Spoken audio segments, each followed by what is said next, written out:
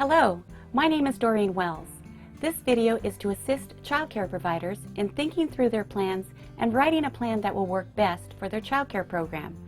Plans will vary based on individual needs, but the basics are the same. The first thing that you should do is evaluate your risks. We've provided some examples that you might consider. Identify disasters that may happen in your area. Think first about what type of disasters your county might face. Then, think about your neighborhood.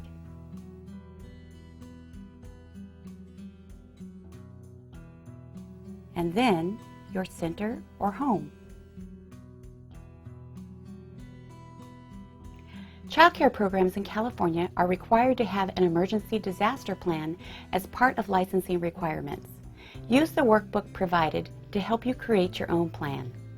All staff should receive a written copy of the policies and procedures. Staff should be oriented and trained on the plan and know what is expected of them. The plan needs to be practiced with children, and parents need to be informed. Wallet cards are perfect to give parents the required information for your program.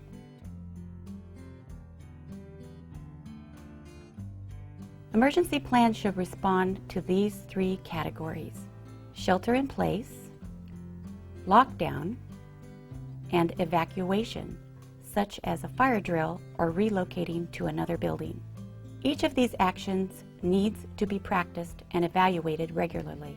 Remember to include accommodations for those that have special needs. For example, children or staff that require medication, special equipment, or need assistance. If you care for infants, you will want to have an evacuation crib.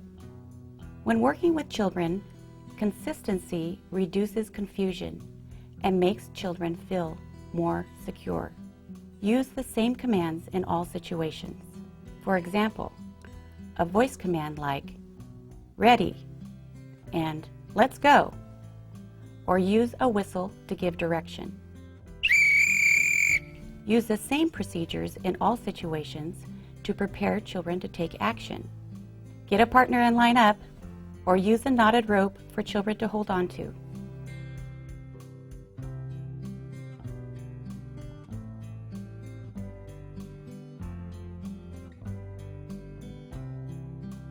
An emergency does not relieve you of your responsibility of documentation.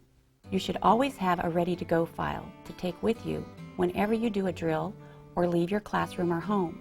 It should have emergency contact information for each child, authorization for emergency medical care and transportation, address, directions, maps, and telephone numbers for designated relocation sites, attendance sheets, sign-in and out forms, medication administration forms, incident injury forms. When determining what you need in your emergency supplies, think in 8 basic categories: important papers, water, food, clothing and bedding, first aid, sanitation, comfort and safety, and communication. You will want to have a first aid kit and an emergency disaster kit for your program. Here are examples. You can find a list of items in your workbook.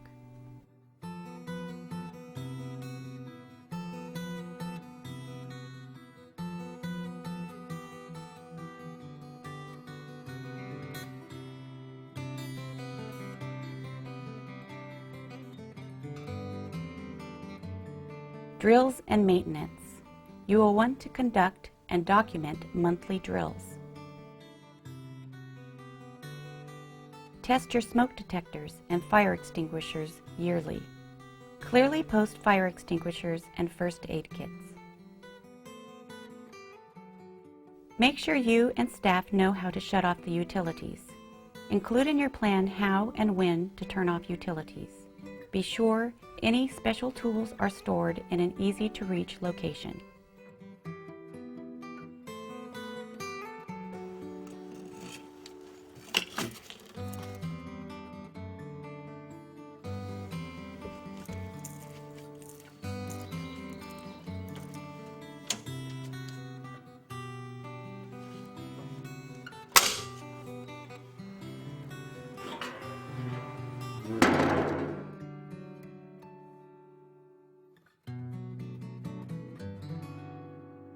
Now put your plan into action.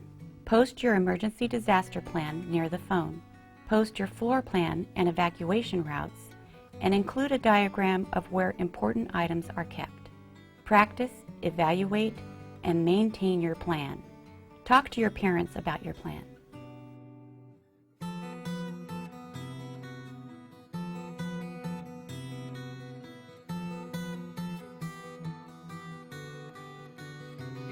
Finally, it is important to remember that before you can care for others in an emergency or disaster, you need to make sure you and your staff are prepared at home. All staff should be strongly encouraged to have their own family plan. You can use this video to help. Here are some things to consider. Do you have a family plan for emergencies or disasters? Besides the children you care for, who would you be responsible for if a disaster would strike? Do you have an out-of-area phone contact for those disasters where local communication might be down? Have you practiced the plan with your family, relatives, and/or neighbors? Where will you take your pets during a disaster? Do you have a way to transport everyone in your car if you needed to? Do you have enough food and water to last at least 72 hours? Having an emergency plan in place can and will save lives. We've included a workbook and numerous tools to aid you in writing your plan. Childcare providers are an important part of disaster planning in our community, and we want you to be prepared.